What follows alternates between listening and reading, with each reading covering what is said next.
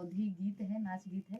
आप लोग सुनिएगा, वीडियो को फुल वॉच करके देखिएगा, बहुत मजा आएगा। बहुत प्यारा सा गीत है। मुझे अभी सुनिए भाई ये शर्माए जाता है और अपना प्यार दिल आशीर्वाद दीजिएगा।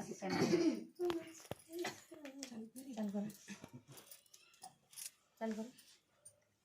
काहे मचावे लुरार हो सुना हमारी जेठानी, काहे मचावे लुरार हो सुना हमारी जेठानी, हमारी जेठानी हो हमारी जेठानी, हमारी जेठानी हो हमारी जेठानी, काहे मचावे लुरार हो सुना हमारी जेठानी, काहे मचावे लुरार हो सुना हमारी जेठानी।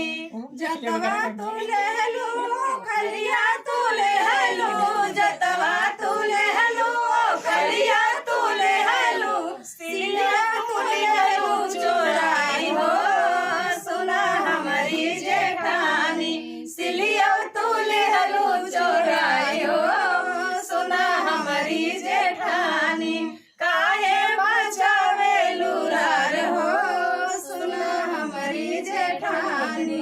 सिलिया के खातिर हम जबै हाई कोर्ट हो, सिलिया के खातिर हम जबै हाई